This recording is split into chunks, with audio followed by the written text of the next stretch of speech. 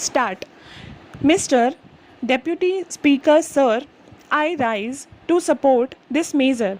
When we talk in this house or outside, we always talk in terms of the farmers.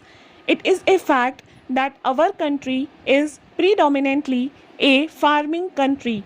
80% of our population is dependent on agriculture.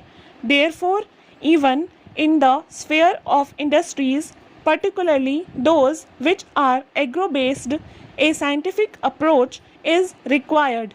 Up till now, it appears that the trend of thinking for industries is mostly in favor of those which are not agro based. In fact, most of our industries in India, whether they are sugar, textile, or jute, are agro based industries. But particularly with regard to sugar industry, you would appreciate that majority of the farmers, whether they are in the north or in the east or the south or in some parts of the west or even in central India, find that sugarcane growing is becoming more and more unprofitable. It is true that in some of the states where there is canal irrigation or where there is perennial cheap irrigation, people do cultivate sugar. Sugar is one of our agricultural produce which heavily supports our exchequer.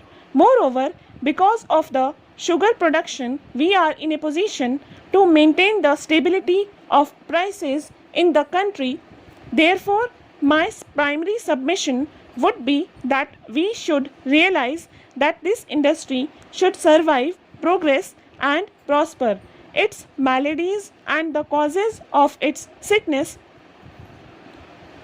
have got to be tackled. For quite a long time, we have been hearing complaints from the farmers that they are not being paid sugarcane prices in time and that the sugarcane prices are becoming more and more unremunerative to them. It is unfortunate that in this country, whether it is profitable or not, the farmer is compelled to go on growing his farming products. This is his weakness. He cannot think in other terms. If you apply cost benefit ratio principle here, you will find, unlike other industries, the farmer has got no choice to divert to other fields. Therefore, this industry needs the utmost attention by the government. My friend from the opposition rightly said that it is well known how the profits and capital of these sick industries have been siphoned off. Today, we know that 600 textile mills are suffering because of its maladies and sickness. We know that millions of people are out of job.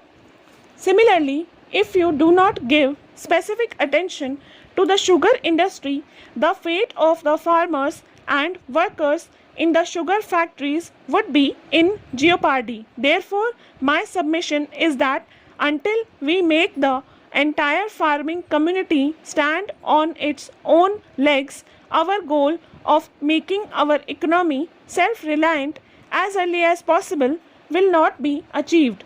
Therefore, sir, my submission is that today we export our sugar at a subsidized rate. People also say that sugar should be made available at cheaper rates in our country. No doubt, the interest of the consumer has to be protected. The same thing is happening even with regard to milk industry, our dairy industry. The farmers and the women who are rearing animals do not get remunerative prices for milk and milk products, but we want to provide them at cheaper rate because butter should be available at the table for the morning breakfast. Ghee should be available at the dining table at cheaper rate. All these are the demands made by the vocal people. So far, we are going on yielding to the demand made by the vocal people and not by the people who are perspiring on the soil. So far, we have not paid any attention to the difficulties of the farmers.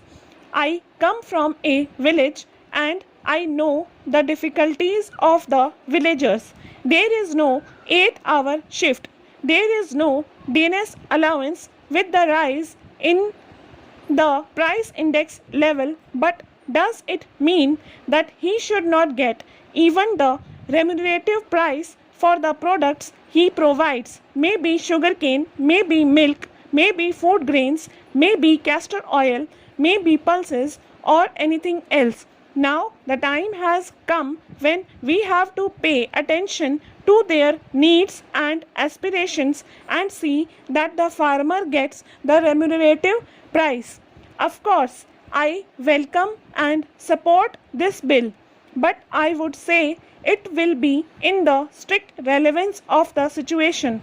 If I impress upon the Honorable Minister and the Agriculture Department in the Government of India to pay more attention to the difficulties of our farmers, now the time has come when, even with regard to agriculture and agro-based industries, a scientific approach and thorough examination has got to be done. Otherwise, the discontent and the poverty that you want to eradicate, you would not be in a position to root out for all the time to come. In the sugar industry, modernization is not there. Depreciation funds which are being collected by the industry are not used properly.